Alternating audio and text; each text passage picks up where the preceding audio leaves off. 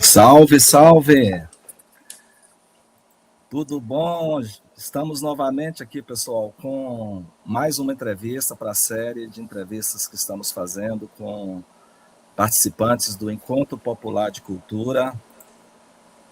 São os encontros que foram realizados no início, meados da década de 80, início da década de 90, que marcaram a época não só em Minas Gerais, como no Brasil como um todo, né? Foi uma referência aí para o fazer, para o pensar cultural nas Minas Gerais e no país, né? No momento em que a gente vivia o processo de redemocratização do país, né? E a cultura, como sempre, né? É o grande pano de fundo da nação, né? É o que tem de mais, assim, profundo, né? Da vida de um povo, né? Que é o que diz o que aquele povo é, o que aquele povo faz, o que aquele povo pensa, né? E o EPC cumpriu um papel muito importante. E várias pessoas de várias áreas participaram daquele momento histórico, né? E a gente está fazendo essa série de entrevistas para rememorar aqueles momentos, né? E registrar também, né? E à luz do que nós vivemos hoje no país. E temos a honra muito grande de receber aqui hoje a nossa querida Mara Vanessa. Oi. Nossa querida Mara Vanessa Fonseca, eu vou dar o nome todo, né? Que nome completo, nome e sobrenome. Completo, né?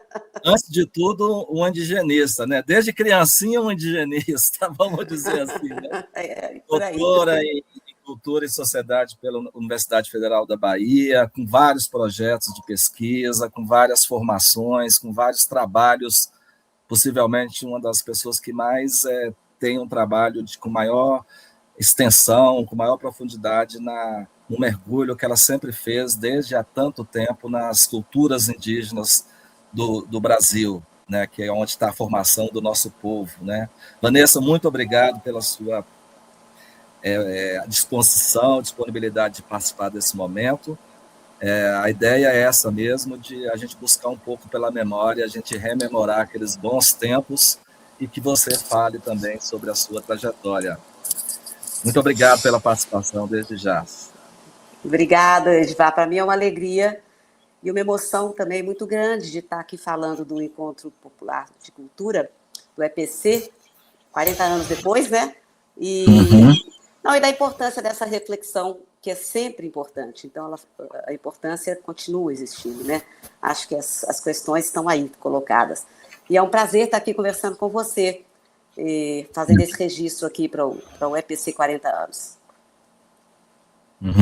Vanessa, muito obrigado. Gostaria de começar com você, acho que é importante a gente ter feito isso com os outros entrevistados, eu acho que antes de falar do EPC, falar dos movimentos, que a gente vai falar bastante ali na frente, o importante, nesse momento, seria que você se apresentasse um pouco, que a gente falar um pouco da sua, gastar alguns minutos aí, ou ganhar alguns minutos, vamos dizer, para falar um pouco da sua trajetória profissional e sua trajetória como militante, não só indigenista, como cultural. Como é que isso tudo começou? Quer dizer, vamos do início, vamos começar do início. De onde você veio? Onde você estava naquele momento do EPC há 40 anos? O que você fazia? Como é que foi a sua trajetória profissional e como militante? De onde veio essa verve sua de indigenista e de uma pessoa que pesquisa a fundo a cultura brasileira? Edvar, então eu sou de Belo Horizonte mesmo, nascida em Belo Horizonte, né? Mas, então, em Belo Horizonte, né, no final da década de 70, lá para a segunda parte da década de 70, nos juntamos um grupo de pessoas que naquela época éramos os mais assim, que começou a fazer essa junção, juntar esse grupo aí. Era o Zé Neto, o Baim, que era de Tambacuri, eu e o Baim éramos colegas de curso, a gente fazia curso de comunicação social juntos, e outras pessoas que foram chegando também e tal, e criou-se assim, naquela época o Grupo Curare. O Grupo Curare era um grupo de arte e cultura, era um grupo de pesquisa e criação de arte e cultura.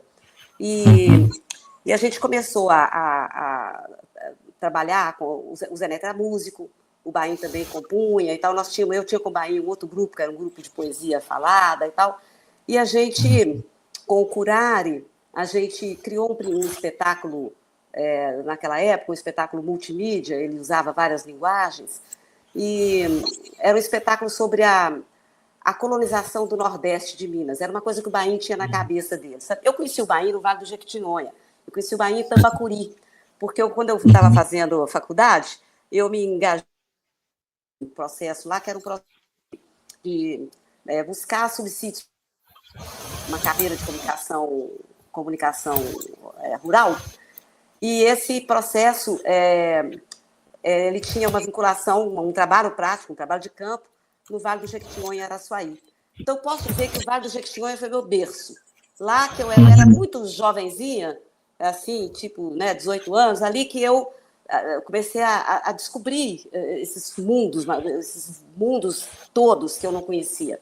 Então, assim, os artistas do Vale, os artesãos, sabe? Lá eu conheci Lira, Zé, Fadão,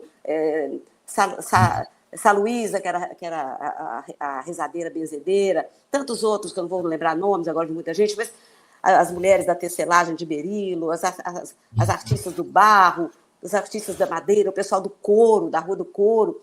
Então, em Araçuaí foi um berço para mim de cultura. Os cantadores, os trovadores do Vale, que tinham coral também, o pessoal dos reisados, o pessoal dos batuques.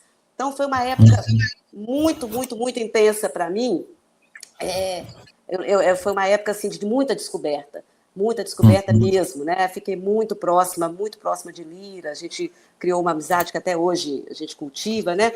Então, o Vale foi aquele lugar, lá eu conheci a Gera, né? a Geralda Chaves, e que depois veio a trabalhar com os Machacali e tal. Então, o Vale foi um berço para mim, muito, muito, muito importante. E no Vale, numa dessas vezes que eu estava lá, no campus avançado da universidade, chegou o Baim, que eu não conhecia. Ele chegou engraçado, que ele chegou assim, andando a pé, com um saco jogado nas costas, assim, e um violão nas costas, assim, cabeludo, barbudinho e tal. Eu falei, poxa, tá parecendo um peregrino chegando assim, Jesus Cristo com o violão nas costas. E aí a gente ficou muito próximo, muito amigo. Então, daí, voltando para... A gente criou esse grupo, né, em Belo Horizonte, que o núcleo do grupo aí era muito esse... Quer dizer, o Zé Neto estava no centro disso daí, o Baim, eu... E tinha outros artistas, né? O Bento, o Tito, depois entrou a Titânia, tinha a Lois, que é irmã do Zé. Nós fomos juntando um grupo de pessoas, né? E naquela época tinha mais pessoas também. E a gente criou um espetáculo, que eu queria chegar nesse ponto, a gente criou um espetáculo chamado Brasil Século V, em que a gente tentava contar a história da colonização do Nordeste de Minas. E essa história, quando eu fui pesquisar para fazer o roteiro, porque eu trabalhava no roteiro dos espetáculos, nesse caso foi eu e Baim que fizemos esse roteiro, a gente... eu esbarrei na história toda dos índios daquela região. E li muito sobre isso, e me apaixonei profundamente. Eu já tinha essa paixão já era antiga, essa paixão com os povos indígenas e tal, vem da infância mesmo, vem de muito tempo. Mas ali aquilo me tomou de uma maneira muito grande, muito forte, e ficou sendo para mim muito central assim na minha busca. Eu tinha essa inquietação que eu acho que muitos de nós tínhamos. Nós estávamos vivendo... Bom, primeiro vivemos um período de ditadura, isso era ditadura ainda, um período de ditadura. A gente lutava contra a censura, a gente tinha, nós tínhamos tinha o Jornal Esteio, tinha o Centro Mineiro de Cultura Popular, no qual trabalhei, a gente atuou muito também, né, com o Curare. Então, a gente tinha essa agitação cultural e a questão indígena tomava muito, nos arrebatava a todos muito. Eu lembro, por exemplo, de ter encontros grandes no DCE, na sede do DCE, assim, com Darcy Ribeiro falando, Carmen Junqueira, e aquilo levantava o público, porque, como nós estávamos vivendo numa ditadura tão pesada, essa questão, quando eles traziam as questões da luta indígena, nos movia muito.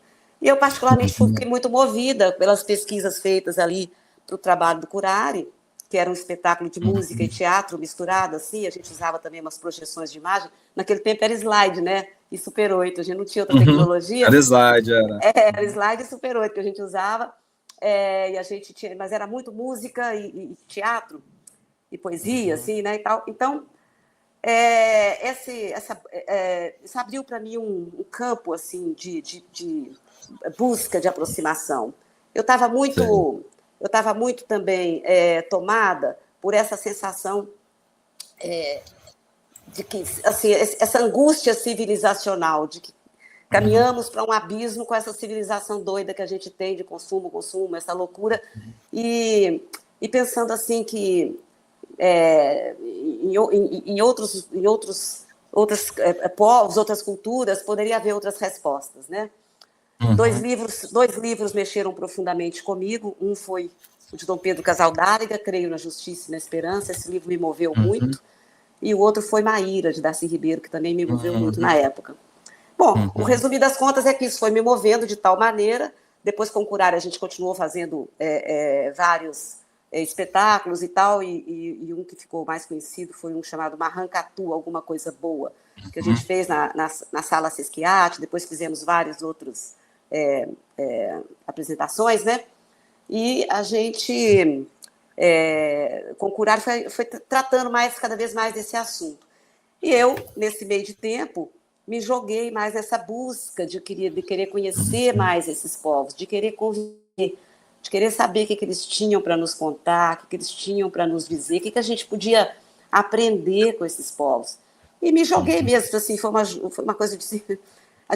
Eu era muito jovem, muito ingênua naquela época. A gente, ao mesmo tempo que tinha uma noção do que estava acontecendo no país, a gente nunca tinha noção direito de nada. E me joguei até bastante, assim, de maneira muito... Como diz a canção, né? O acaso vai me proteger enquanto eu andar distraída, porque de forma meio ingênua, meio distraída, mas com essa clareza dessa busca. Isso me levou para a convivência com esses povos e que começou lá e nunca mais parou. Até hoje, na minha vida, eu agradeço essa convivência que me alimenta, que me ensina muito e que me traz muita alegria também, muita alegria. Porque essa Vanessa, busca, né? Fala, Edvar. E naquela época ali, assim, então, depois que você veio fazer o seu mestrado, seus estudos lá na Universidade da Bahia, mas aí, então você morava em Belo Horizonte e você já militava, eu lembro que na época o CIMI, né, o Conselho de Higiene Missionária, de certa forma, participou daquele movimento ali. E a gente vivia aquele momento, como você bem disse, da redemocratização, né, em que toda a questão dos direitos sociais, inclusive dos indígenas, né, naquele momento. Mas antes da gente chegar na Constituinte, que é quando essa coisa ficou um pouco melhor, ali como é que foi a sua trajetória inicial? Assim, você teve esse trabalho no Jequitinhonha, mas você teve, por exemplo, você fez alguma formação para essa área? Não, foi assim. E participou de alguma entidade relativa aqui no Estado? Olha, foi assim, não tinha muita coisa formatada naquele tempo, não tinha muitos espaços de atuação, não. A gente estava, inclusive do ponto de vista do campo cultural, eu vou me remeter a anos antes do EPC, assim, no final da década de 70 e tudo, quando a gente estava muito efervescente com o Curare, tinha o Mambembe, depois tinha o Centro Mineiro de Cultura Popular e tal.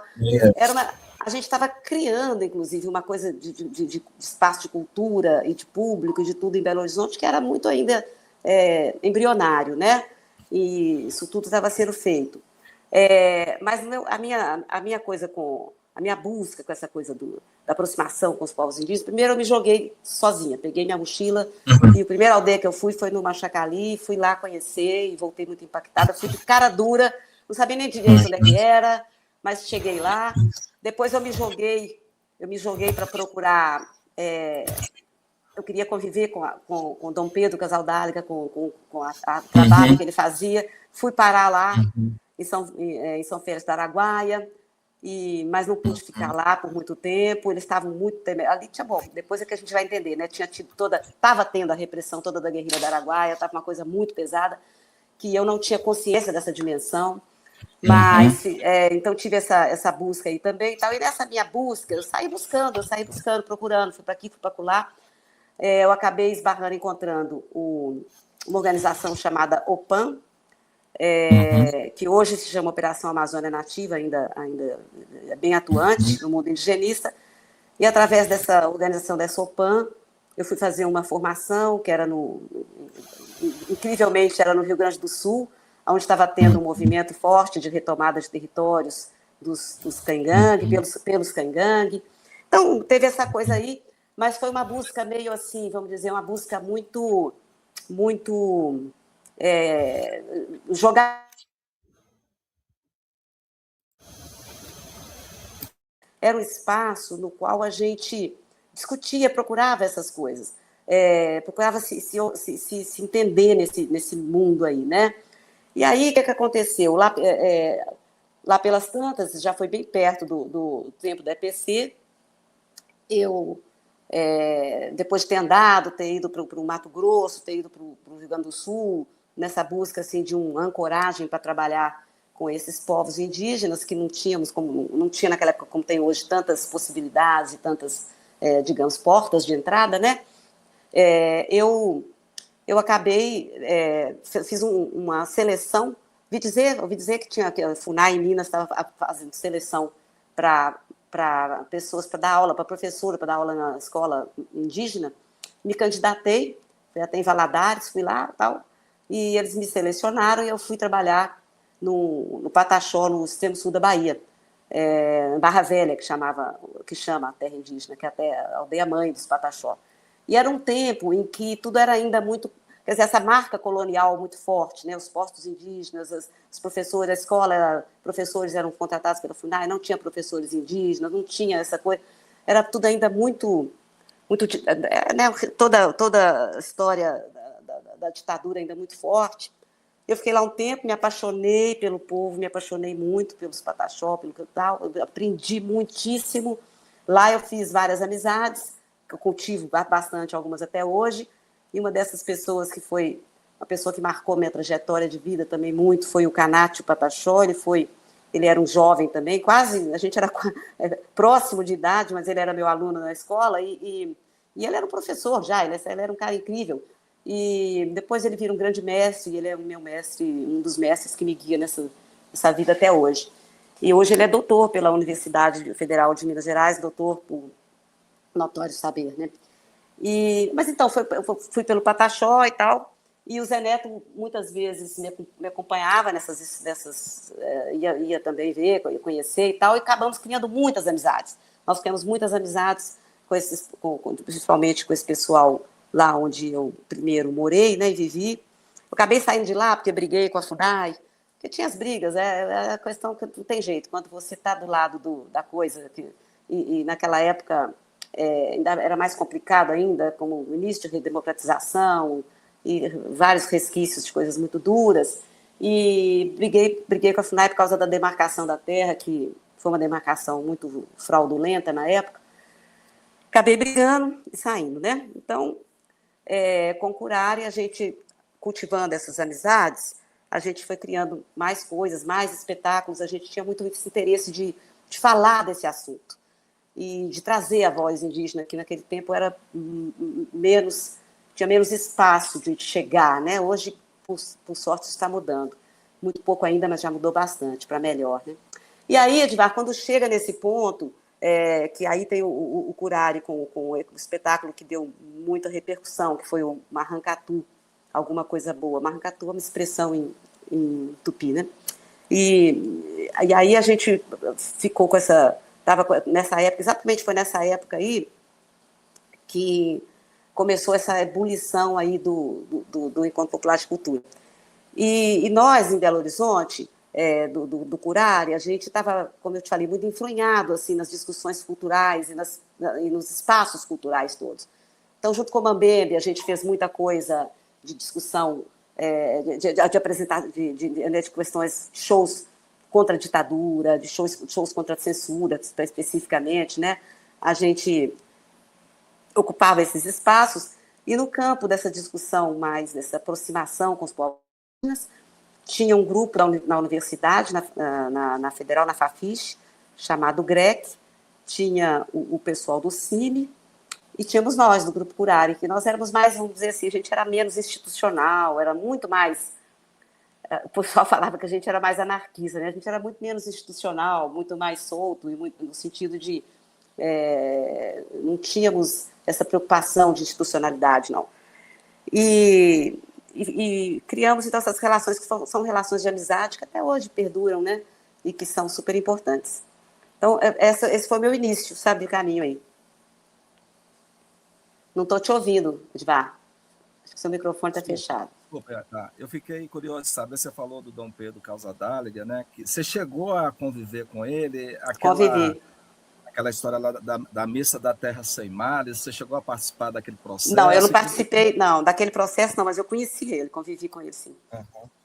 Foi incrível, porque quando eu estava indo procurar Dom Pedro, eu fui da loucura. Eu tinha lido o livro e eu peguei uma mochila e fui atrás, eu queria conhecer.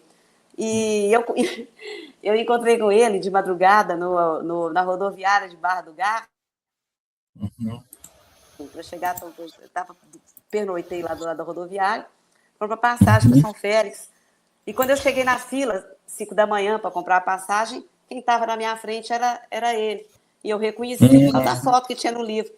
E aí eu conversei com ele, que eu estava indo lá atrás, que eu queria e tal. E ele me acolheu. Eu fiquei lá, não fiquei muito tempo. Ele me disse, olha, não dá para ficar, não. Aqui não está uma situação que dá para... Eu imagino hoje eu pensando assim, eu imagino que devia ter uma atenção muito maior do que a que eu podia imaginar que estivesse, exato, né? Exato. Mas me acolheu, eu fiquei lá um pouco com a turma dele lá da prelazia e foi muito, muito bonito esse período que eu tenho uma lembrança maravilhosa desse Você tinha período que eu quantos passei anos, lá. Vanessa? Você tinha quantos anos naquela época? Eu tinha 20 anos. Caramba, hein? Era uma coragem muito grande de estar ali no meio daquele... Era um desejo, eu não pensava muito nessas coisas, de perigo, de confusão, não. Eu tinha um desejo, tinha um sonho, tinha uma busca e me joguei. E hoje eu vejo, que depois que passa é que a gente pensa, né? Eu acho que muita coisa que a gente faz na vida, Edvar, principalmente a gente que é do campo da arte, da cultura e tudo, não é... sei lá, é produto de uma pulsão, de um desejo, de uma coisa que te joga e que você faz e depois talvez você percebe exatamente o que é, o que deixou de ser, né? Então o Curare, eu vou voltar assim para falar do Curare, que era esse grupo que juntava um bando de gente, mas que também juntava outras pessoas em volta. A gente estava junto com o pessoal do Mambembe, por exemplo, no Centro Mineiro de Cultura Popular, tinha uma sala de cinema, a gente fazia vários movimentos, tinha o jornal Esteio, né? E aqui eu quero lembrar da nossa querida Edmeia Passos, que editava o jornal.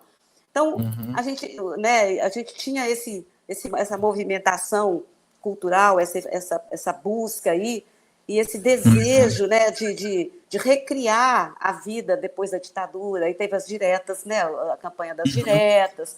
Então, talvez eu misture um pouco a cronologia das coisas. Não, mas está tranquilo, pode falar. E aí o Curare era, dentro do cenário artístico-cultural de Belo Horizonte, o Curare era um desses grupos que movimentava essa cena, né? Movimentava essa cena. E aí, bom, voltando para a minha trajetória, com a Curare, a gente vinha fazendo esse trabalho todo, né, de pesquisa e divulgação artístico-cultural. Nós nos sentíamos muito parte dessa necessidade de mostrar, de falar da nossa cultura, da cultura de raiz, do nosso povo e tal, a gente pegava nossos espetáculos e viajamos muito, principalmente pelo Nordeste de Minas. Era uma coisa, gente, sem estrutura nenhuma. A gente levava até as gambiarras com as luzes dentro das latas de leite, aquelas latas de leite que a gente punha assim para fazer os holofotes.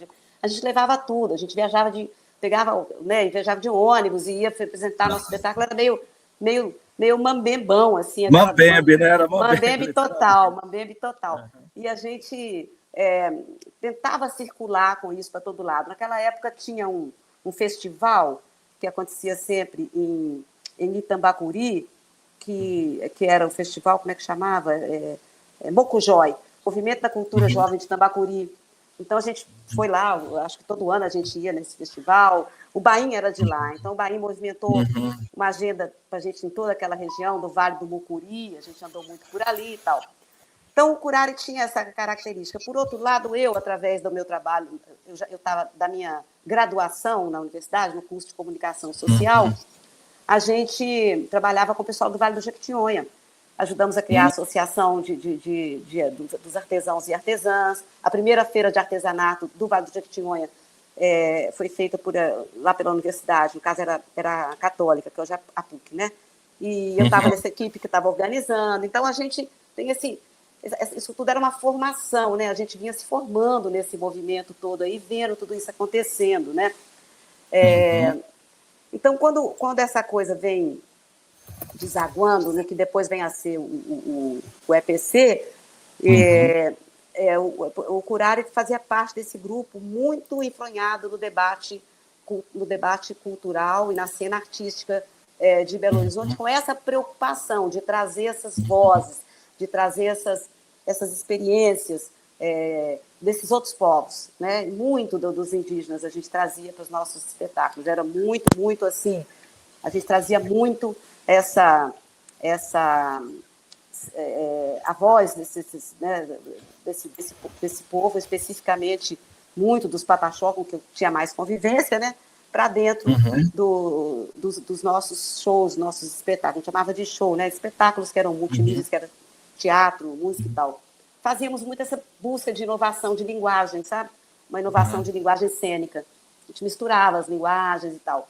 E aí preciso falar do Zé Neto, que eu acho que o Zé Neto foi assim, a figura o tempo todo muito central nisso tudo, um cara muito visionário e um cara muito arrojado, com uma visão muito arrojada, muito visionária, que não tinha medo de se jogar e de se lançar. E era aqueles caras que gostavam de semear ideias também, né?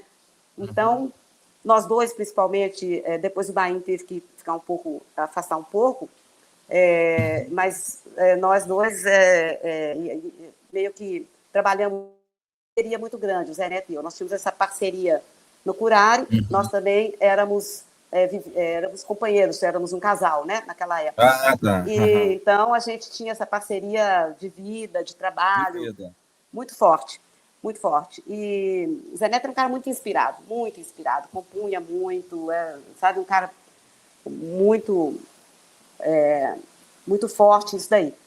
E a gente estava nesse movimento aí juntos, e depois, inclusive depois, eu vou pular um pouco, que depois nós vamos conhecer, mas falando da minha trajetória, e eu sabe, eu tinha deixado, eu tinha largado a universidade faltando um semestre para me formar, para fazer essa busca aí. 2 anos depois, eu terminei. Eu fiz o curso de comunicação social, com especialização em jornalismo, terminei, me formei. Mas trabalhei muito pouco nessa área aí direta do jornalismo, porque eu me joguei muito mais nesse outro caminho. E aí, como eu falei, eu tive essa experiência primeiro com a FUNAI, no Pataxó, briguei com a FUNAI, saí e tal, e fui procurando outros caminhos, outras formas, e depois, já depois, antes da Constituinte, mas já na década, já muito próximo da época, a FUNAI abriu um concurso para indigenistas, para técnica indigenista, e era a primeira vez que mulheres podiam participar desse concurso, que antes ele era só para homens. Então, eu me joguei, eu entrei nessa seleção aí, e a gente foi feito um curso, era um curso, chamava Curso de Indigenismo, que era naquela época oferecido pela FUNAI, e foi num momento político da virada, né, depois da ditadura. Uhum. Turma muito dentro da família. Era a galera que tinha ficado oculta ali e que tinha voltado para fazer que estava em posições dentro da FUNAI que permitiram fazer Então, esse grupo que promoveu esse curso dentro da FUNAI eram indigenistas muito bacana, e promoveram um curso que trouxeram assim a fina flor. A gente teve aulas maravilhosas de antropologia, de linguística, de política indigenista, de direito, enfim, um curso muito bacana, foi um curso de alto nível que foi maravilhoso. Esse curso, depois do curso a gente tinha que fazer um estágio, a gente ia para terras indígenas estagiar, e durante esse período que a gente estava no estágio, teve uma mudança política na FUNAI de novo, cai aquele grupo, entra o pessoal na frente da FUNAI e deixaram a gente solto, esqueceram a gente por lá. Então, nós ficamos esquecidos um tempo lá onde a gente estava, cada um no seu lugar, e depois teve uma luta danada para a gente finalmente ser contratado, por causa dessas mudanças políticas, porque aí era assim, a gente era visto como aquela turma que foi formada pelo pessoal mais progressista, hoje, né, que a outra galera não via bem, enfim. Mas no final foi um período, fui finalmente contratada e fui trabalhar com os Nambiquara, que ficam em Rondônia, Mato Grosso. Rondônia. Não, é Mato Grosso. Não, então eu fui trabalhar nos Nambiquara, eu fiz meu estágio no CRAO, depois fui trabalhar nos Pontos Nambiquara. Eu quero dizer que com isso eu fiquei uns anos assim trabalhando, morando em aldeias e tal, fazendo um trabalho de perto, né, convivendo muito próximo ali, tudo. Esse trabalho, naquela época, tinha um nome engraçado, que é tudo muito uma marca muito colonial, sabe? Uma coisa muito ainda do tempo da ditadura e tal. Se chamava chefe de posto indígena, e a gente trabalhava num lugar chamado posto indígena, era dentro das aldeias e tal. E nessa essa foto. Bacana, né? Então, eu trabalhei nessa função, o grupo do qual eu fazia parte, né, e a partir dessa formação bacana que a gente teve, a gente entendia essa função de outra maneira, que a gente entendia que a gente era um mediador, né, entre aquele povo indígena e todas as questões terríveis que vêm para cima deles, sem tempo para resposta, sem tempo para nada. Eu estava numa situação, numa região de fronteira econômica muito pesada, que ali era Mato Grosso, Rondônia, naquela região ali. Então, vi de perto muitas coisas, enfim. A gente vi o que era essa realidade muito, muito pesada dessa ocupação desenfreada da Amazônia e o assédio sobre as terras e os povos indígenas, né? Ô, Vanessa, deixa eu só te sugerir uma coisa. Aí queria sugerir a gente fazer um corte aqui agora, para a gente falar um pouco do EPC, como você bem disse, já era um momento ali que você estava com o EPC. No meados da década de 80, a gente teve aquela desilusão com a direta já, mas depois foi eleito, você teve virou governador de Minas, a gente teve o Zé Aparecido ali, criação da Secretaria de Cultura em Minas, depois o Tancredo, mesmo não tendo morrido, foi criado o Ministério da Cultura, que o Zé Aparecido assumiu, e a gente teve também naquele momento, muito importante, a Constituinte, né? E foi nesse contexto que a gente teve aí o EPC. E aí eu queria que a gente, depois, eu sei que depois do EPC, algumas coisas que você falou, inclusive é pós-EPC, mas eu acho que era importante a gente falar um pouco sobre o EPC agora, naquele contexto. As lembranças, depois eu queria voltar com você lá na frente para falar que depois você continuou militando e aprofundou, fez mestrado, doutorado, e hoje você é uma referência nacional aí nessa área. Já vem de algum tempo. Vamos falar um pouco do EPC naquele contexto da Constituinte. Acho que boa parte do capítulo indígena, do direito indígena, da Constituinte, de uma certa forma, foi discutido ali naqueles momentos, ali nos movimentos. O que você lembra daquele momento do EPC que te chamaria atenção em termos de programação? Você participou dos 4 encontros ou só do Não. primeiro em 85? Então, eu participei só do primeiro encontro, que depois eu fui para essa história que eu estava contando agora, de ir morar e fazer o curso, depois fui para o Craô, e depois fui para o Abiquara e tal. Então, já fiquei longe.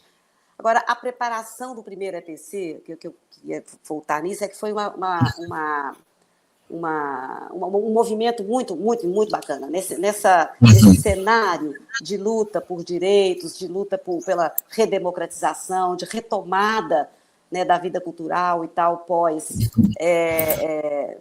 pós-ditadura, e depois a questão das diretas e tal, a luta pela anistia, né, foi uma luta que a gente também se engajou demais. Então, enfim, quando começa a criar a ideia de criar o primeiro EPC, então tinha um grupo, né, esse grupo que vocês estão chamando hoje de grupo dos fundadores, né, que se juntou para discutir, fazer alguma coisa nesse sentido de criar o que depois veio se chamar o EPC. Uma discussão conceitual que eu acho que marcou demais, e que não sei se outras pessoas já falaram disso, mas eu acho importantíssimo, é que por que chama encontro popular de cultura e não encontro de cultura popular? Isso foi uma discussão conceitual que a gente teve na época muito forte, porque tinha uma galera, algumas pessoas que achavam que devia ser encontro de cultura popular, e nosso entendimento, né, o meu inclusive, era de que não, é um encontro popular, é um encontro popular. Agora, a cultura são as culturas, é muito. Exato. São variadas, são muitas e são amplas, e a questão é que seja um encontro popular no sentido de que o povo todo possa estar com sua voz cultural ali dentro desse encontro.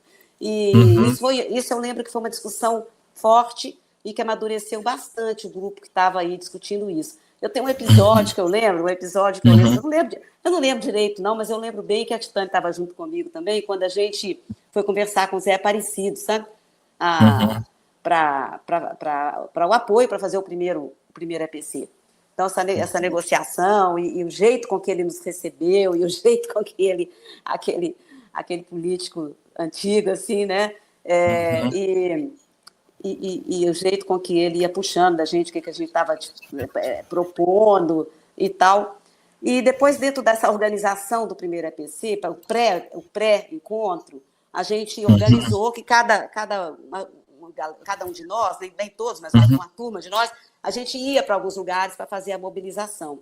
Então, no meu caso, eu fui para aquela região ali, Montes Claros, Januária, Coração de Jesus, Pirapora,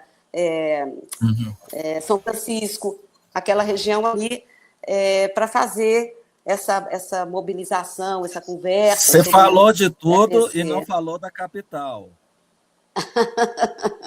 Não falou da capital, viu? Não. Com Olha certeza. Você não falou da capital.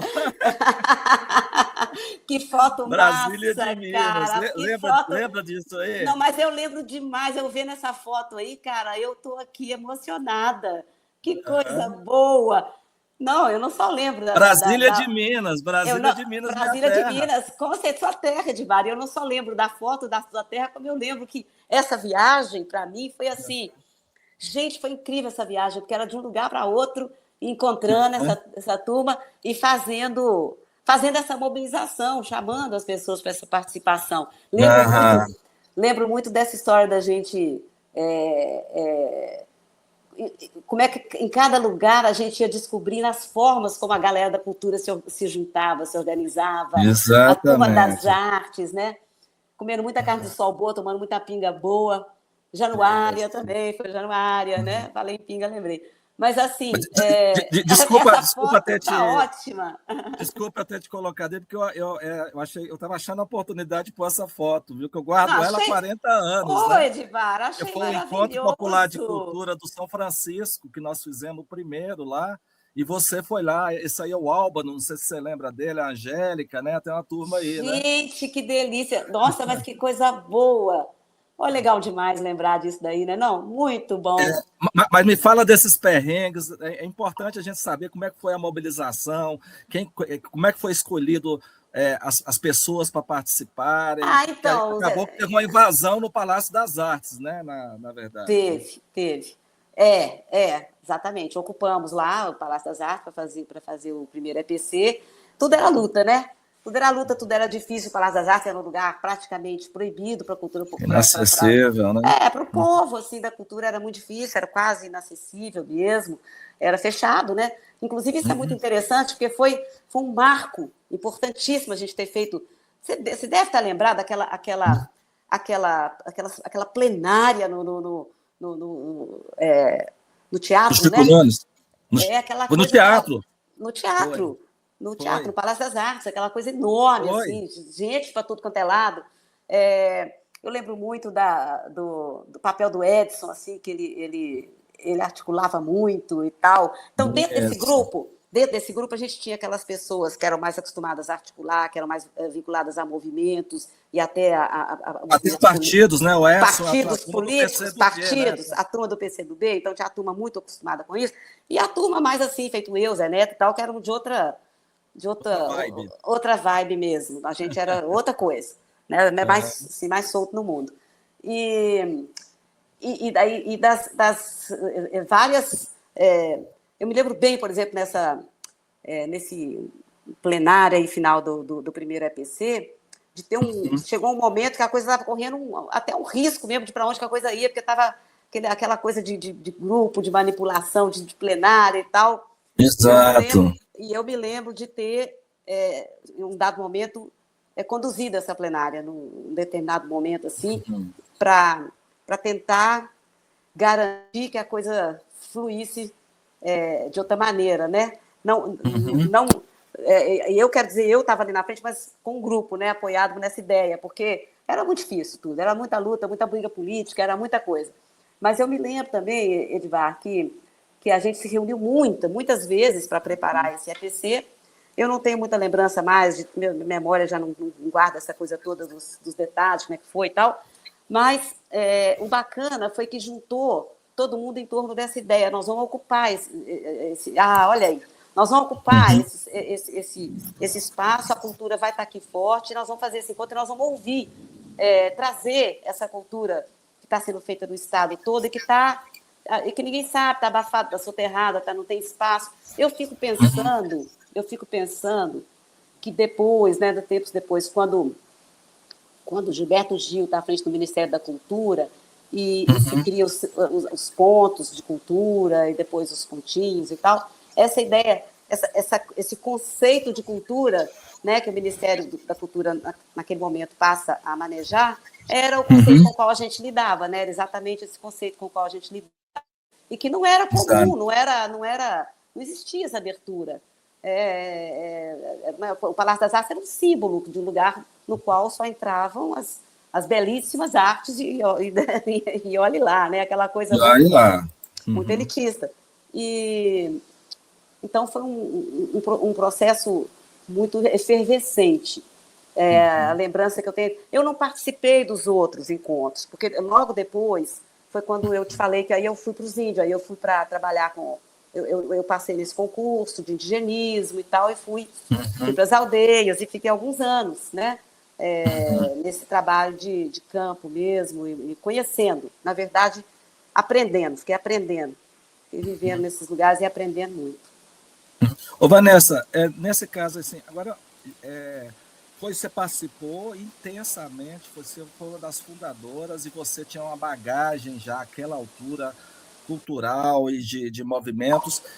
O que é que o EPC, aquele movimento aí, contribuiu para a sua formação cultural e também para o Brasil? O que é que você acha que Nossa, a demais, cultura Edvar. brasileira, primeiro da sua formação, que logo depois do EPC você participou do primeiro, mas antes do segundo você já estava morando em aldeia e tal, a gente vai falar um pouquinho disso, da sua formação também acadêmica e tal, mas assim, se você tivesse que falar assim, o que marcou para você? O que você acha que o EPC construiu aí no seu imaginário, ou mesmo no seu fazer cultural, no seu fazer diário? O que contribuiu para você e para o país aí, que você acha? Eu perdi um pouquinho aqui, mas eu acho que dá para retomar. Não, o EPC foi importantíssimo, eu acho, na formação de todos que participaram, imagino, porque foi um marco profundo que nós fizemos num conceito de cultura, numa maneira de trazer a cultura para dentro das discussões, completamente, praticamente em oposição ao que se fazia dentro da institucionalidade da cultura, e era como essa imagem né, de invadir o Palácio das Artes, é uma imagem poderosa nesse sentido, acreditando no que se fazia nos lugares e indo atrás para trazer e tal. Eu acho que isso aí foi um marco super importante, por isso que eu fiz essa conexão depois quando o Ministério da Cultura, né, tempos depois, vem a manejar esse conceito, porque eu acho que ali foi uma coisa muito pioneira, muito inovadora e muito pioneira, era de fato como a gente acreditava que tinha que ser o encontro, a coisa da cultura, né, o espaço da cultura, né, e atrás onde a cultura estava sendo feita, a cultura feita no dia a dia, a cultura feita em todos os lugares, por todas as pessoas, de todas as maneiras, né? E isso, eu acho que isso aí, como eu disse, que o Vale do Jequitinhonha foi meu berço, e depois esse trabalho todo, e aí eu acho que era isso, era como era um aprofundamento dessa convicção, sabe, da centralidade da cultura no debate, na vida política, no debate do país, e do rumo da vida, e na força e na potência da cultura como essa que se faz em todos os lugares e se faz a partir, às vezes, de apoio nenhum, de nada, mas da vontade, do engajamento e da necessidade de que isso seja visto, seja apoiado, seja fortalecido, né? Então, essa cultura viva mesmo, né? Nossa, isso foi importante demais. Eu acho que isso aí foi uma coisa, assim... e eu não, embora não tenha participado dos outros encontros, eu estou vendo aí o cartaz do segundo encontro, do Daré, e o primeiro também foi o cartaz que o Daré fez, né? Até uma coisa aqui para deixar registrado. Aquela imagem do primeiro cartaz, do primeiro Encontro Popular de Cultura, nem o Daré não tinha mais, só eu que tinha esse cartaz aí guardadinho. Aí eu achei tão maravilhoso ter esse cartaz, porque esse cartaz é lindo. Fantástico. Ele é lindo, ele é todo desses recortes todos, do que estava na nossa cabeça, era tudo isso aí, ó, a gente estava juntando tudo. Exatamente. Então, como na Curária a gente já vinha nessa pegada, né, nos nossos espetáculos a gente trazia essas vozes indígenas, trazia as cantigas do Seu Zé da Noite de Araçuaí, trazia a cantiga das mulheres lavadeiras lá do Jequitinhonha, trazia as coisas que a gente ia buscando dessa cultura. Eu acho que o EPC ele foi primeiro que ele mostrou que não só era possível realizar esse sonho, como era necessário e era importante. E eu acho que ele traz um marco para a política cultural que é fundamental, né, para o Estado, e acho que também é um marco de reflexão, porque foi muito pioneiro mesmo, né, Edivar? Acho que isso não se fazia por aí em todo lugar, né? E para mim, pessoalmente, foi tudo. Fala. E os próximos... Eu pedi para colocar o segundo cartaz aqui lá para mostrar o seguinte, quer dizer, aí cada um seguiu a sua trajetória, alguns que permaneceram, construíram, né? Eu acho que as pessoas que voltaram, eu sou um deles, eu que voltei daquele primeiro encontro para a minha região, lá acabamos criamos um movimento cultural e acabou que mexeu com a cabeça de todo mundo, né? E a cada ano que foi feito, o encontro ele acabou trazendo uma discussão grande, inclusive o segundo encontro, um dos grandes temas que foram debatidos no terceiro encontro foi a questão da cultura e constituinte, né? Que nós, em 88, a gente vivia, você já estava lá na aldeia, né? Lá nas aldeias, esse encontro aí, né? Se você vê. Então, mas a gente estava discutindo ali, naquele momento, questões gerais ali.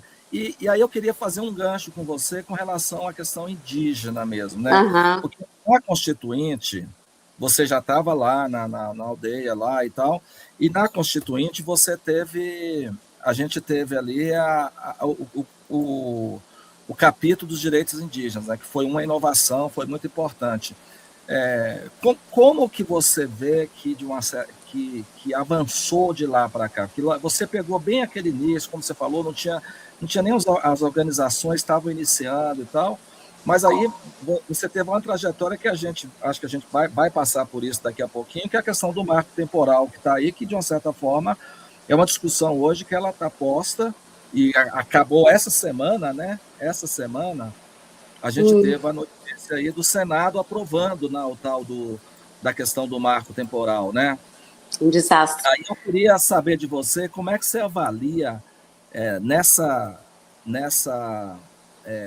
pensando naquele momento que a gente vivenciava de redemocratização do país. E se a gente imaginar que a gente, e agora, 40 anos depois, a gente quase teve uma ruptura democrática de novo, né? Estivemos às portas de estar voltando à ditadura e não está de todo descartado, que se a gente imaginar que a eleição do ano que vem, de 2026, é uma eleição que está em aberto, né? Por mais que a gente... Mas aí, pensando especificamente, a gente fala um pouco sobre a questão geral, como é que você vê o avanço da questão indígena? Ou houve retrocesso? Que avanços que a gente pode considerar? Levando em conta que essa semana o Congresso aprovou, o Senado, o marco temporal, né? Falar sobre isso para a gente. Isso foi um desastre, né, essa coisa aí do Senado, mas eu acho que a luta não termina aí, não, sabe? Ela não terminou, não. Isso aí não acabou, não. Não, as conquistas indígenas na Constituinte foram inegáveis, enormes e que dão base para essa consolidação do movimento indígena instituído, mas porque os povos indígenas sempre estiveram aí, sempre lutaram, sempre fizeram frente, né? Então isso sempre existiu.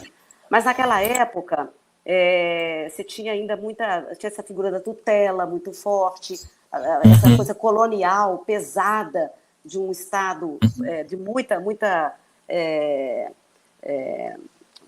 impedimento para os povos indígenas de muita coisa, essa coisa da tutela, da não cidadania, né, de serem considerados relativamente capazes, e juridicamente falando.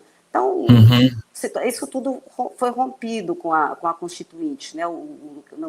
A Constituinte traz claramente, né, essa ideia, né, essa questão da cidadania plena, a questão da possibilidade de se organizarem em associações, enfim, de terem organizações próprias, porque não era permitido. Não, tinha coisas aberrantes naquela época. O FUNAI não permitiu, talvez as pessoas mais antigas vão se lembrar disso, não permitiu que o Juruna viajasse para fora do país para ir para o tribunal lá para... Exatamente.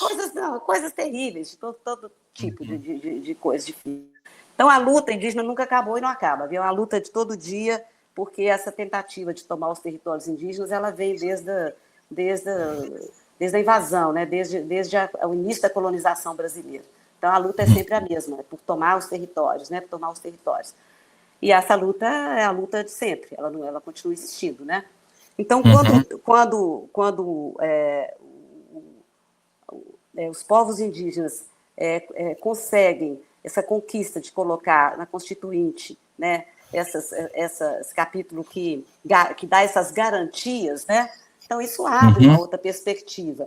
Eu acho que podemos, de maneira geral, pode observar que de lá para cá, né, como essa busca por autonomia, autogestão, né, ter a sua própria voz e seu movimento organizado, isso dentro dos povos indígenas vem crescendo cada vez mais. Eu estava dizendo o seguinte, que eu acho que os povos indígenas têm sido grandes protagonistas de muitas lutas nesse país. E isso tem que ficar mais visibilizado e mais claro. Por exemplo, vou dar um exemplo. Na época terrível do pior momento aí do governo Bolsonaro, os grandes enfrentamentos, inclusive físicos, de estar ali na esplanada dos ministérios enfrentando, foram os povos indígenas. Eles fizeram o levante pela terra, o levante pela vida, sabe? O acampamento Terra Livre, né? Então, eles têm tido, os povos indígenas, um protagonismo enorme em muitas lutas desse país, né? Eu acho que isso é inegável. Então, é inegável isso. Por outro lado, a gente hoje olha o nosso Congresso aí, olha como é que nós estamos nessa situação, um Congresso que é totalmente contrário aos interesses, de forma geral, aos interesses da população, E a luta pelo avanço sobre os territórios indígenas, ela nunca acabou, ela, pelo contrário, ela recrudesce cada vez mais, ela aumenta. E às vezes acaba que essa questão que deveria ser muito mais central, deveria ser muito mais respeitada e muito mais cuidada, acaba, às vezes, vira moeda de troca, ou às vezes vira uma coisa assim, que acaba sendo rifada. Eu acredito que essa questão, por exemplo, do marco temporal é uma vergonha. Essa invenção aí do marco temporal, isso é uma invenção, isso é uma vergonha, isso é um mecanismo para avançar sobre os territórios. E claramente, sabe, é claramente inconstitucional, claramente absurdo, e, no entanto, está aí, sabe? No entanto, está aí sendo barganha política. Mas eu acho que o movimento indígena tem demonstrado para todo o Brasil a sua força. A COP agora é um exemplo disso. A COP 30 em Belém foi uma COP com a presença indígena muito forte, e independentemente de como as negociações entre os países e o produto final e tal dessa COP saiu, eu acho que eles marcaram uma presença muito forte com uma demonstração muito clara de que estamos aqui, estamos lutando por questões que não são só do nosso interesse. Porque isso que é importante pensar. Primeiro tem uma questão básica de cidadania e de democracia, que a gente tem, que é uma questão de que eles são povos que estavam aqui e que têm que ser respeitados. E que, se nós queremos ser respeitados, todos nós como cidadãos, temos que respeitar esse direito. O direito indígena aos seus territórios é um direito anterior, é um direito, como é que se tem um nome para isso, mas é um direito primário, é um direito que não está em discussão. Primário. Ele é um direito anterior a tudo. Então, isso não está em discussão, não deveria estar. No entanto, é isso aí, essa coisa do marco temporal é uma invenção nefasta, mas pode ter certeza que a luta não acabou, não. Essa luta indígena para os seus territórios sempre existiu. E pensar o seguinte: se você olha o mapa, se você olha fotografias aéreas, se você olha, sabe, satélite, aonde que as áreas estão protegidas, aonde que a floresta está mais em pé, aonde que a biodiversidade está mais mantida? Nos territórios indígenas. Nos territórios indígenas. Então, cair essa ficha na nossa cabeça devia ser importante. Mas não só essa questão dos territórios, do clima, a importância desses povos para essa... Mas para tudo, gente, para a gente entender que tem outras maneiras de viver, outras formas de conhecimento, outras formas de celebração da vida, outras formas de alegria de viver, outras formas de conexão com a vida como um todo, sabe? Com os outros seres, que não são só nós que existimos nesse planeta, sabe? Nessa Terra. Isso é profundo, isso aí é o que a gente devia estar. Fala. Vanessa, então, essa é importante.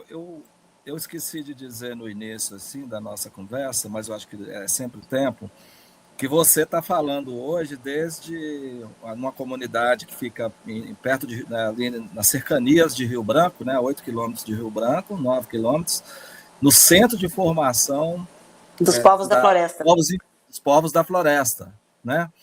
E aí eu queria que você falasse um pouco do seu métier hoje, porque você hoje, além de tudo, você tem tese a respeito disso, você é uma educadora também, né? Assim, como é que... Fala para a gente um pouco desse trabalho, e como é que é uma grande questão de quem vive na cidade, de todas as pessoas, assim, que hoje tem uma discussão, assim, acho que até teve uma questão aí da pessoa do índio lá poder usar ou não uma determinada roupa, essa interação dos indígenas com o povo das cidades, né? Há uma incógnita aí, muita gente critica e o que você, como pesquisadora, faz e o que é a formação dos povos? O que se faz naquela escola ali? Dá um overview para a gente dessa... Olha, eu fiz, anos depois, né? Eu voltei para a universidade, décadas depois da minha vida, de fazer muita coisa, eu voltei para a universidade, na Bahia, e eu fiz um mestrado sobre a trajetória do Canátio Pataxó, aquele que eu conheci como meu aluno lá na primeira aldeia no Pataxó e que hoje é um grande mestre. A trajetória dele é maravilhosa. Então, eu fiz um mestrado sobre a trajetória dele, mas sobre a trajetória dele como compositor, como artista, ele compõe. Então, trabalhei com as músicas dele e tal. E depois fiz a minha tese de doutorado é sobre a arte contemporânea dos povos indígenas, que hoje está ganhando um certo espaço, menor ainda do que pode ser, mas hoje já tem um pouco mais de visibilidade, né? Os artistas indígenas. Então, eu trabalhei um pouco com essa ideia de arte contemporânea dos povos indígenas. Eu acho que essa coisa de pensar a imagem indígena, o povo indígena como uma coisa estereotipada, a cultura como uma coisa parada dentro de um baú fechado e tal, isso é um equívoco total, né? As culturas são vivas, são dinâmicas, os povos indígenas são contemporâneos, são pessoas muito contemporâneas, estamos aqui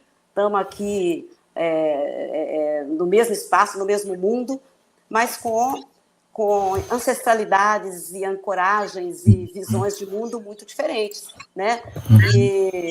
Mas eu acho que pensar isso, os povos indígenas são seres, estão aí os seres contemporâneos, como, né, quanto nós, e estamos compartilhando o mesmo planeta e em embates que às vezes são o tempo todo muito duros para eles, né? Porque estão sempre do lado que, como eu disse, os territórios estão sendo ameaçados o tempo todo e tal.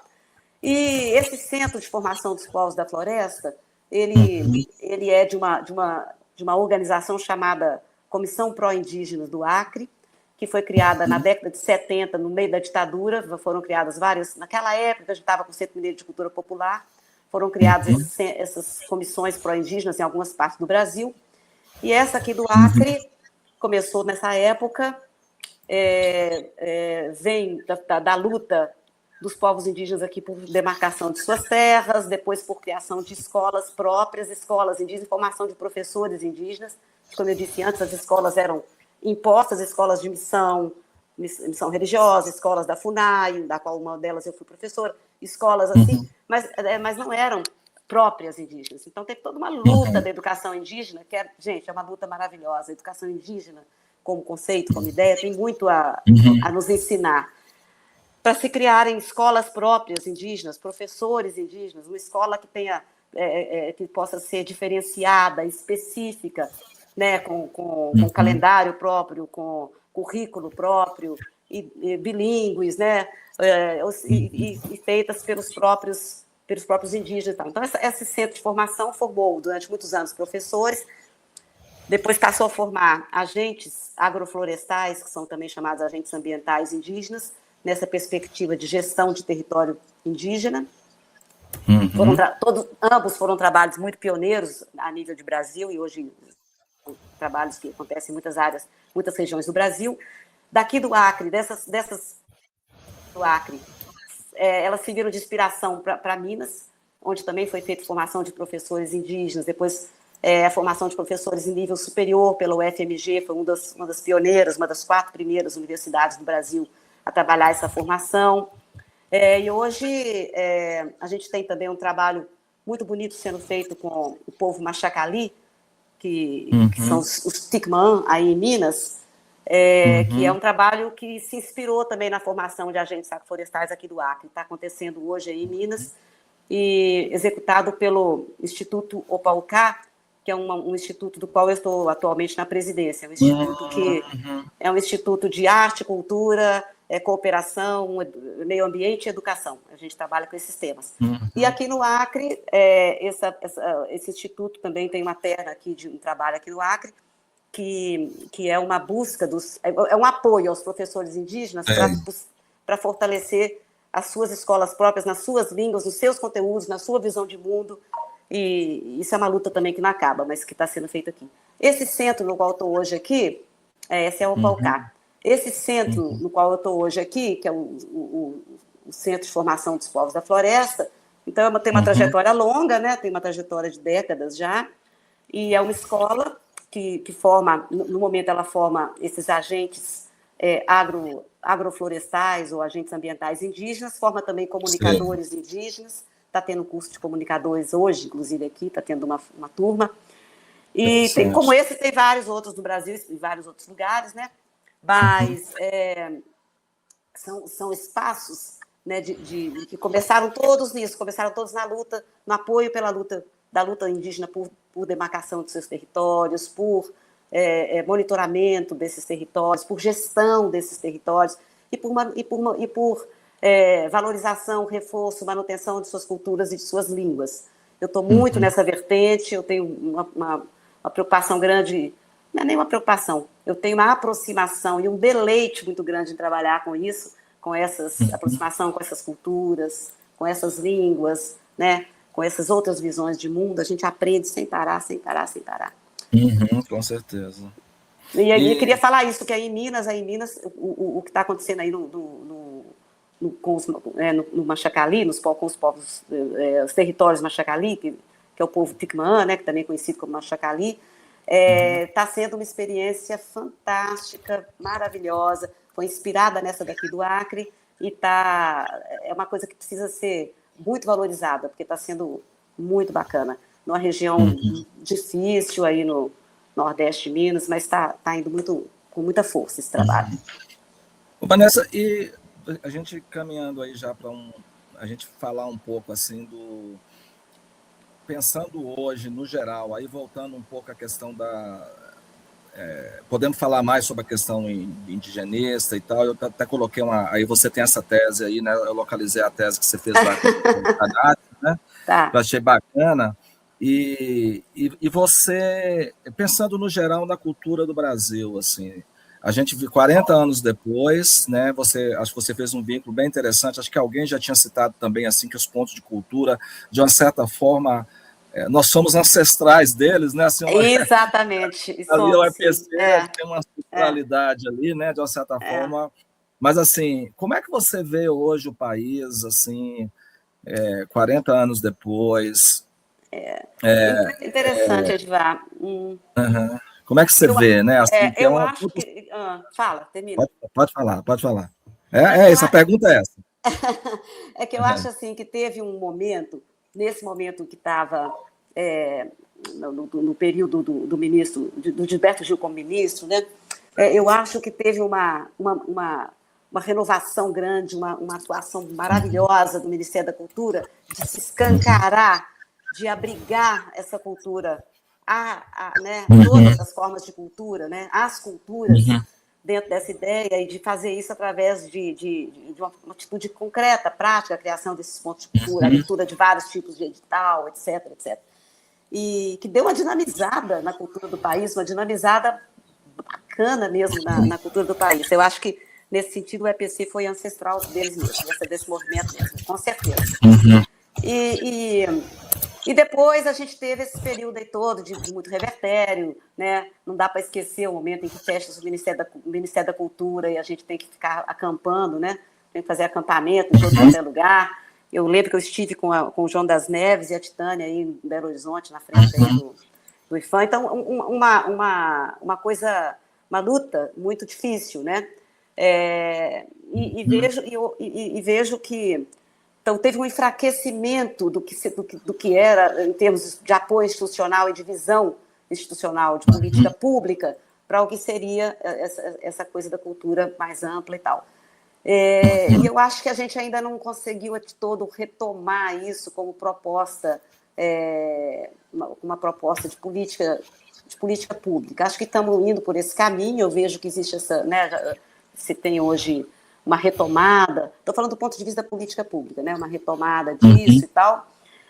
O país é um país, né, o Brasil, ele tem essa coisa, muitas culturas e muita coisa acontecendo, mas eu acho que também tem uma coisa que eu não sei como é que eu vou falar disso, mas assim, eu acho que naquele momento, como a gente estava saindo da ditadura, lutando pela redemocratização, tudo, eu acho que tinha também uma conscientização política em relação à cultura e a conscientização política estavam uma coisa que a gente caminhava muito junto, era uma coisa muito forte que nos movia, sabe? A gente tinha enfrentado a censura, a gente tinha enfrentado tantas dores ali naquela questão da ditadura, e eu vejo que você tem hoje tem muita necessidade de retomar uma questão de discutir cultura, mas pensa, hoje nós estamos em outro momento, em outro mundo. Você tem hoje um mundo digital, você tem hoje todo mundo dos influencers, você tem toda a questão de, sabe, muitas vozes ganhando voz, ganhando proporção, sem base de nada, porque não tem coletivos, né?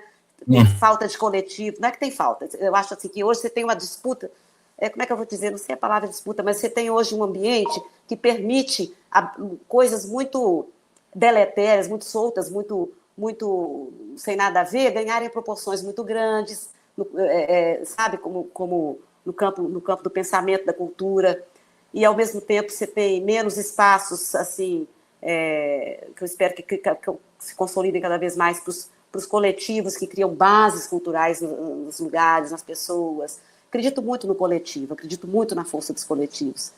Muito. Hoje eu ainda faço, hoje eu coordeno junto com a professora da UFBA um projeto de extensão que tem um grupo chamado Grupo Riachim, que é um coletivo de criação coletiva e discussão sobre a educação, a arte e a cultura, né? A partir do teatro, discutir isso a partir do teatro e faz coisas assim. Porque eu acredito nos coletivos, eu acho que a gente precisa fortalecer mais isso. E vejo que toda aquela discussão que o EPC trouxe naquela época, e que está viva, ela não acabou, ela tem que ser renovada, sabe, Edvar? Tem que ser renovada. Eu vejo que tem coisas super interessantes hoje. Quando você pensa que dentro do MSP você tem uma escola de arte, você tem coisas super interessantes e maravilhosas. Então, você tem coisas bacanas demais acontecendo. Acho que a gente tem que olhar para tudo que é bom também, que a gente não deve ficar olhando só para as dificuldades, que a gente tem que se alimentar do que é bacana. Mas que a gente tem hoje um ambiente muito complexo por causa dessa pulverização e dessa coisa que eu acho que do mundo, que o mundo digital permite e tal, e que a política pública, que vinha com muita força, ela desandou, ela teve um retrocesso e agora começa. Ainda falta muito, eu acho que ainda falta muito para avançar. Vanessa, já que você tocou nisso, era um pouco, eu ia te perguntar um pouco, você já de uma certa forma respondeu, mas eu queria, se a gente tivesse que pensar assim hoje, assim, isso não está posto agora, mas pode ser que o projeto leve a isso, você acha que faz sentido realizar um novo EPC para esses encontros, esses reencontros, e se achar, ou mesmo não achando, que temas você considera, se você tiver que citar 3 que são fundamentais para que sejam discutidos hoje. O que você... Pergunta difícil, Edvar, porque eu não estava pensando nisso, não. Mas eu acho que se for mexer com isso aí, pensar em promover essa discussão, esse debate da cultura no Estado, em Minas, né?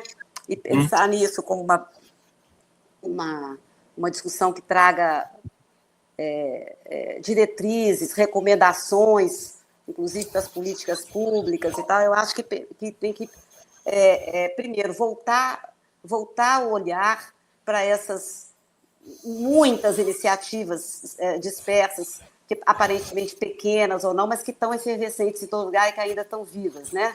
E eu acho que essa garimpagem aí, acho que só de colocar essas pessoas juntas já vai ser uma grande coisa. Porque quando a gente se junta, é um coletivão, a gente sente força, né? É a tal da reunião, né? Vamos a reunir. Vamos a reunir. Vamos a reunir. Só isso já é muito bacana. Eu acho que essa discussão sobre os rumos das políticas culturais desse país é super importante, se está sempre fazendo, porque é isso, entra governo, sai governo e perde muita coisa, volta... Então, toda essa discussão das políticas públicas que tem a ver com essa ideia da valorização da cultura, de uma forma, entendendo cultura como uma coisa ampla, e dos mecanismos para essa valorização, que eu acho que precisa ser sempre discutido, porque isso também para sair, para se livrar um pouco das armadilhas que estão nesse caminho aí, e de fato ter uma política pública que possa abraçar mais e valorizar mais toda essa questão da política pública. Eu acho que Eu não sei dizer temas, mas eu fico pensando que essa questão toda da discussão da movimentação cultural, do movimento cultural, sabe? Que aí você vai envolver muita coisa, desde grupos, pequenos grupos de teatro, uma banda que cria música, um pessoal que faz cinema, tal, enfim. Mas, para além disso, a movimentação, o movimento cultural, as pessoas que dinamizam e criam isso daí, da valorização cultural, pensar isso nesse mundo que a gente está hoje, que é esse mundo desse enfrentamento eu estou com isso na minha cabeça, que é essa coisa assim do mundo digital, sabe? Como é que ele ele traz para nós muita coisa que o tempo todo está entrando na nossa vida de maneiras muito desordenadas, né? Mas que é inexorável, né, Vanessa? Totalmente, totalmente. Não, talvez, pelo contrário. A gente está nele. A gente tivesse que usar esse... Imagina se a gente tivesse isso naquela época. Essas ferramentas, né? Então a ferramenta em si é maravilhosa. Nós, por exemplo, no Grupo Riachim, desse projeto de extensão que eu tenho com a Maria Eugênia lá na Bahia, a gente faz podcasts, a gente usa as plataformas, a gente tem que usar. Mas o que eu vejo é isso, é pensar essa coisa da agregação cultural, do movimento cultural e tal, considerando esse mundo digital, sabe? Dentro desse mundo digital, tudo que ele tem de potencialidade, que é maravilhoso, e tudo que tem de desinformação, né? Que é outro lado muito, muito, muito cruel disso daí. Mas se você pensar, por exemplo, que eu estou aqui agora, nesse lugar que eu estou aqui hoje, está tendo uma formação de comunicadores indígenas, e que lidam com essas linguagens todas, jovens que estão lidando com o Instagram, com imagem, Então, é super bacana você pensar que isso é maravilhoso, nós estamos nesse mundo. Agora, isso nos traz um outro mundo. Esse outro mundo, a gente precisa entender ele mais. Eu, pelo menos, sou meio jurássica, eu não sou isso entra na minha vida, né, quando entrou, mas eu sou de anterior a isso, né? Naquele tempo, lá, nossos 40 anos atrás, a coisa era corpo a corpo, muito mais corpo a corpo. Vanessa, sabe o que eu achei lá em casa um dia desse? A carta assinada por Titane me convocando para ver. A carta escrita à mão, uma página de caderno de um lado e do outro, com altos argumentos que não podia deixar Brasília de Minas, o Norte de Minas, de participar. Ó, para você ver, carta chegou pelo correio, né? Assim, não é maravilhoso? 4 dias, 5, né? E hoje você mandaria um zap, hoje era um zap, no máximo um e-mail. Zap, Não, então, eu não quero deixar claro que eu não tenho nada contra a tecnologia, o digital. Aliás, eu sou uma pessoa fissurada nessas linguagens. Eu gosto das linguagens, eu trabalho com elas, eu acho que é maravilhoso. Mas, pensando do ponto de vista da discussão do movimento cultural, a gente tem que entender que nós estamos mergulhados num processo muito grande de imagem demais, informação demais, coisas demais sem base, gente demais, influencers demais falando o que quer, e isso é uma balbúrdia no sentido de não usar essa palavra. Não vou usar essa palavra, não, porque essa palavra acabou virando uma palavra ótima. A balbúrdia que a gente faz na universidade é ótima. Mas cria uma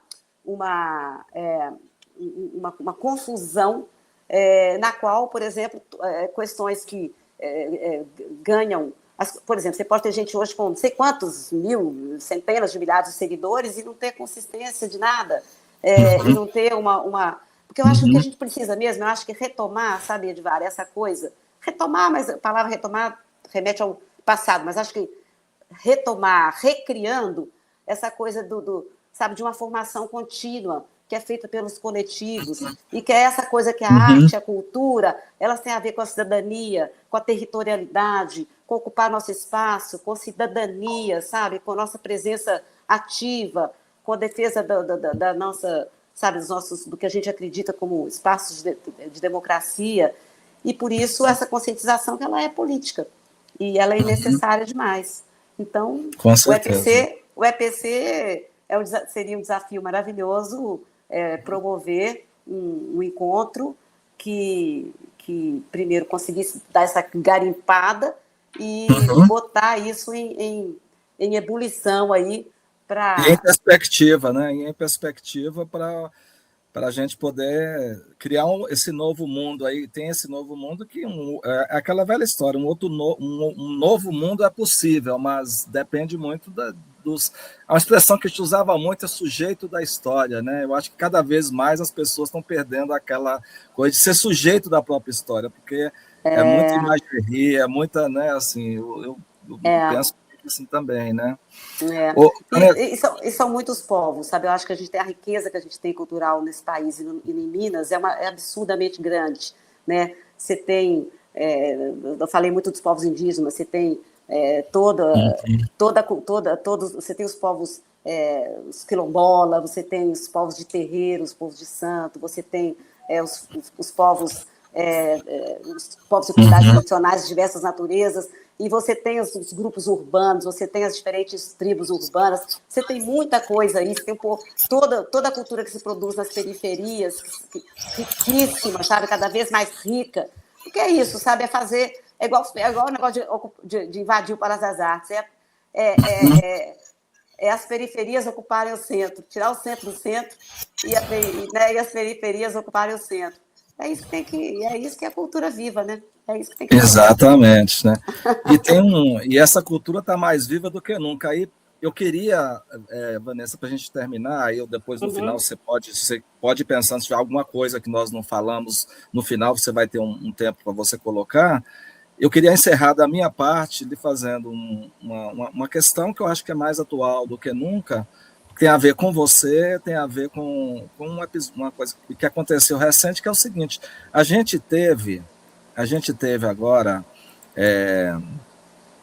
a semana passada, né, lançou um livro muito importante aí, né, você falou muito do Zé Neto, que é fantástico, né, mas a gente tem um outro personagem nesse país que se foi até um pouco depois bem depois do Zé, né, foram se encontrar lá, que é o João das Neves, né, que Maravilhoso. aí foi lançado esse livro maravilhoso aí, né? O Senador e a Floresta, né?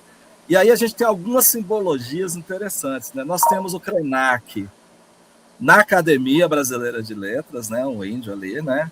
A gente tem ele faz o prefácio, você faz o pós-fácio do livro. Eu queria que você falasse um pouco do livro, Tá. e essa simbologia da gente ter o Krenak lá isso é impensável. Você falou de cultura, né? A gente fala de cultura, por exemplo, o EPC rompeu. Palácio das Artes, aquela coisa. Eu lembro da Berenice Menegali, ela participou Maravilhosa, maravilhosa, né? maravilhosa, Que era pianista, maravilhosa. músicas clássicas e Não, tal, nossa. junto lá com os Trovadores do Vale, com a turma toda.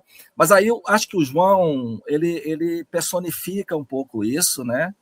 E eu falo um pouco, né? Assim, eu acho que Olha, isso tá. mostra, acho que isso podia falar, é emocionante a gente ver que isso nos dá uma luz para o futuro, você não acha? Totalmente, totalmente. Então, o João das Neves, eu conheci ele pessoalmente aqui no Acre. Ele tava morando aqui no Acre na época que eu também vim para cá, e a gente se conheceu pessoalmente aqui. Eu conhecia o João de referência, o João né, o autor e diretor da peça O Último Carro, que tinha balançado o teatro brasileiro, virado o teatro brasileiro de cabeça para baixo.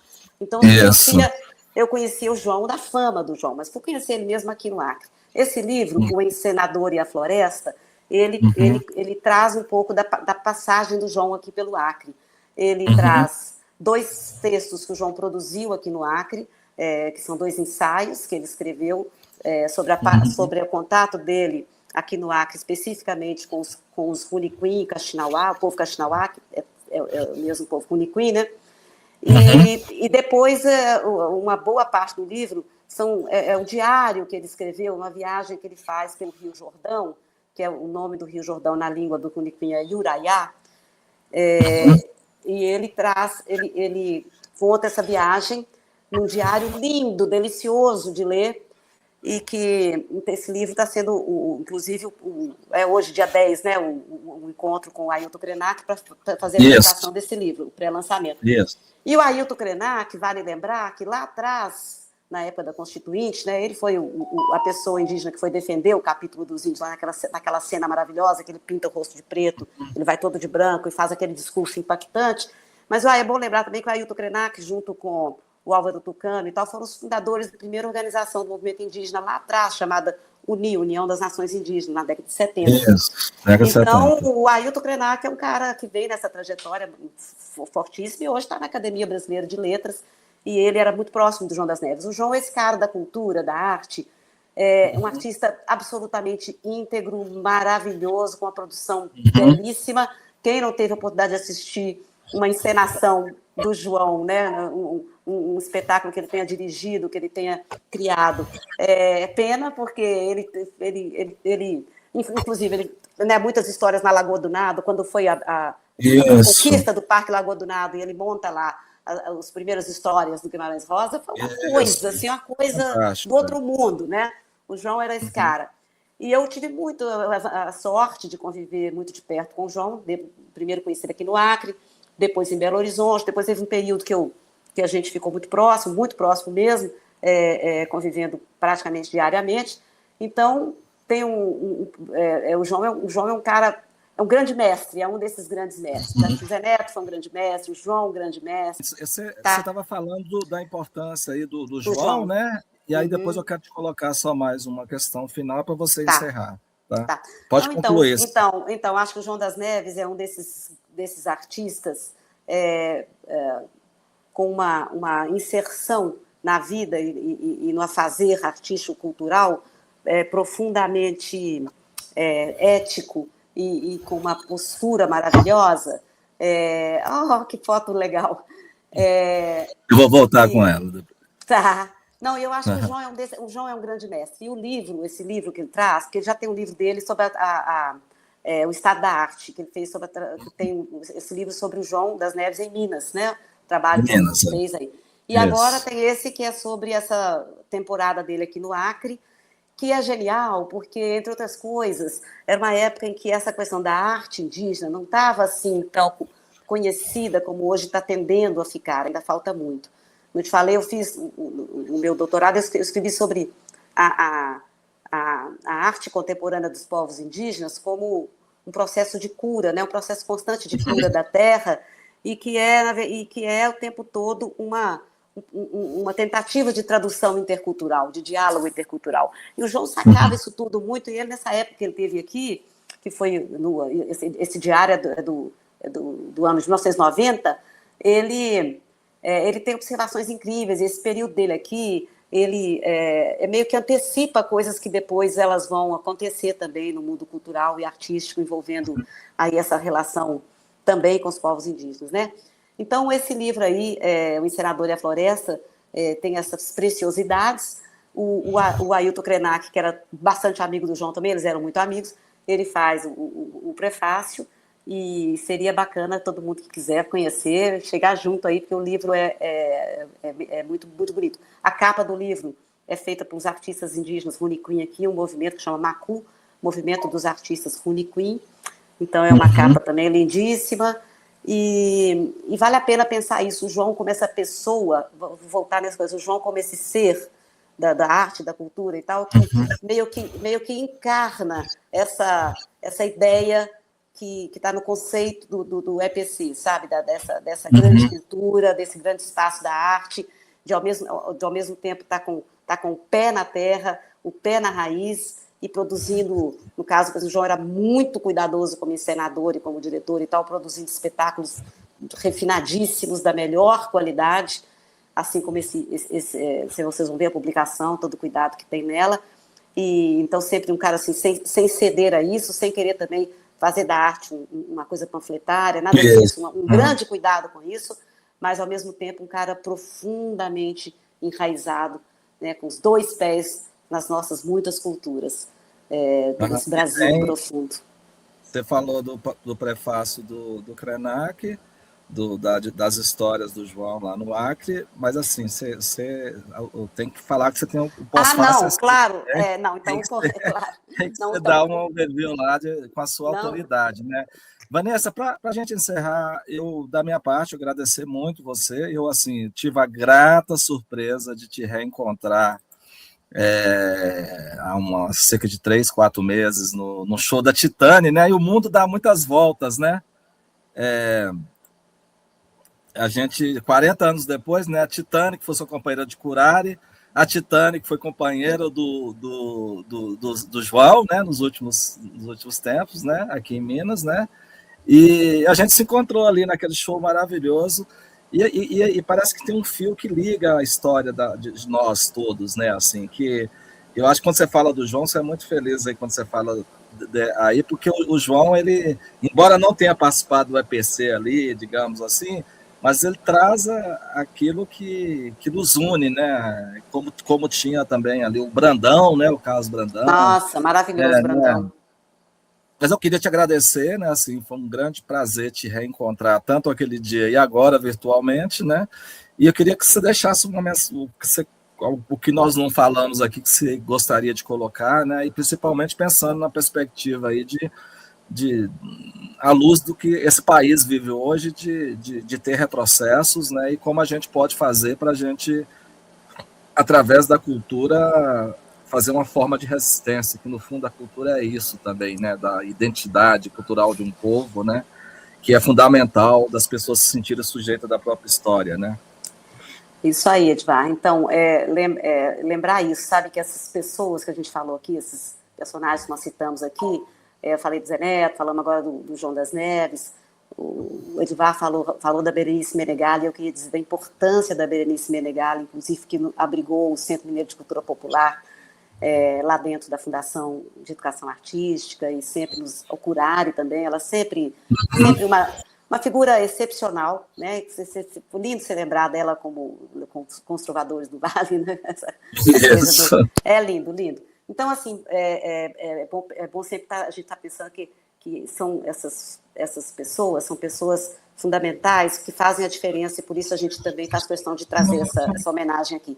E em relação olha, a pensar alguma coisa, falar alguma coisa, olha, gente, a cultura, ela não é, de maneira alguma, ela não é um acessório, ela não é um enfeite, ela não é a cultura é o centro, a nossa vida, ela é fundamentada na cultura. E, então, reforçar as nossas raízes culturais, pensar na cultura como aquilo que nos dá sustância, a raiz onde a gente busca o alimento para estar na vida, para fazendo as coisas, é fundamental, né? E aí eu torno a dizer, né? As várias culturas ou as várias raízes nas quais a gente tem que buscar isso. A cultura é o lugar da resistência, com certeza, é o lugar das identidades, né? É o lugar da resistência, é o lugar das identidades, é o lugar da alegria de viver, é o lugar da possibilidade de reconstrução de um novo mundo possível, e é o lugar também que a gente pode se deixar permear, sabe, pelas culturas. A gente tem esse movimento de permeabilidade, né? De ouvir, de se aproximar, de beber de outras fontes, né? E de estar buscando juntos construir uma visão de um novo mundo possível. Por isso que para mim, eu acho que esse olhar que a gente tem que ter com todo carinho, com todo respeito pelas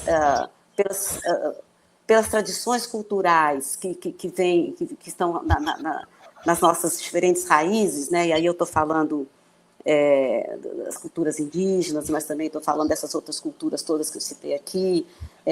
A gente pode se fortalecer para enfrentar e criar um mundo que a gente acredita que possa ser um mundo. A luta pela questão da cultura é também a luta pela justiça, da mesma maneira que a gente tem que lutar por justiça climática, por justiça em termos de direitos humanos, a gente tem a justiça em termos de um mundo no qual um mundo que tem espaço para todos, um mundo que tem espaço para a gente viver. porque às vezes dá a impressão que é o contrário, né? O mundo vai ficando sem espaço para viver. Mas a força das culturas é muito grande. Tanto é grande que tá vivo aí, tá vivo.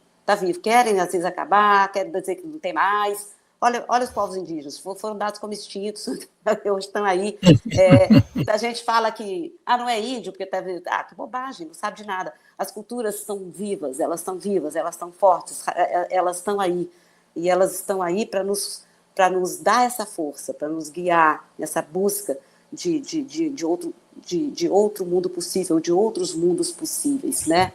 Frente a esse caminho desabalado para o abismo, que é o que, por outro lado, também está acontecendo. Então, a gente está sempre buscando isso daí, sair dessa corrida para o abismo para uma corrida de construção de um outro mundo possível. Então, vamos voltar os olhos para isso, vamos voltar e buscar a alegria de viver, a alegria real de viver, ela tem a ver com coletivos, ela tem a ver com equilíbrio, ela tem a ver com harmonia, ela tem a ver com arte, ela tem a ver com sensibilidade, com criação.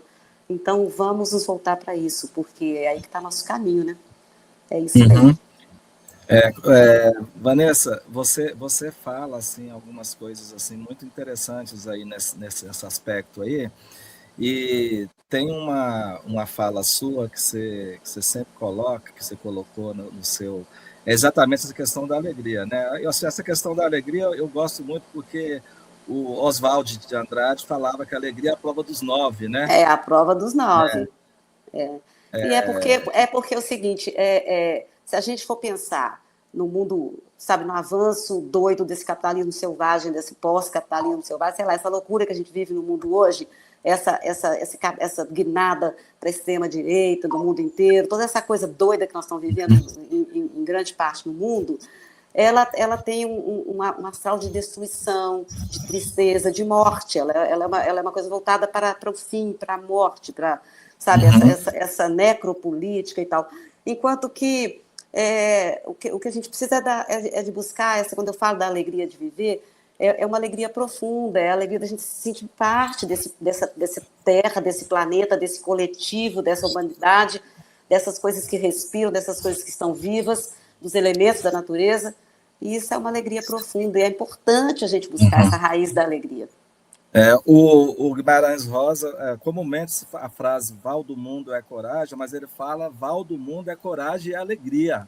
E né? alegria. E o EPC, então, aí eu vou falar, eu localizei aqui a frase toda que você coloca no seu perfil, que você considera que a grande arte é criar alegria e beleza todo dia e faz parte da fileira dos que não conseguem sossegar frente à injustiça social e lutam com a força de todos os irreparáveis sonhos, né? Então, como você, de uma certa forma, você concorda com Guimarães Rosa que o val do mundo é coragem e alegria, né? E você é uma corajosa, né? Então, o EPC era festa também, né? Acho que uma coisa bacana muito. Era festa, né? Muito. Festa Tudo. Muita festa. Isso. Nós o tempo todo buscávamos e vivíamos isso, né? Com muita festa, muita alegria, muita luta, muita coragem, muito enfrentamento. Mas basta ver aquela foto lá de Brasília de Minas, nós estamos todo mundo feliz ali, rindo, né? Tudo magrinho, cara, adorei ver aquela foto. Espinha no rosto, mas tá feliz. Adorei ver então aquela tá bom, foto. Vanessa. Um abração. Muito obrigado, vocês. querida. Viu? Eu que agradeço muito. Obrigada e força para nós aí, para o EPC vindouro e para esses registros que são super importantes. Um abraço. Isso. Obrigado. A gente vai ter a vinheta e depois a gente fica mais um pouquinho. Até pouquinho. Tá bom. Um abraço. Tchau. Tchau. Obrigado.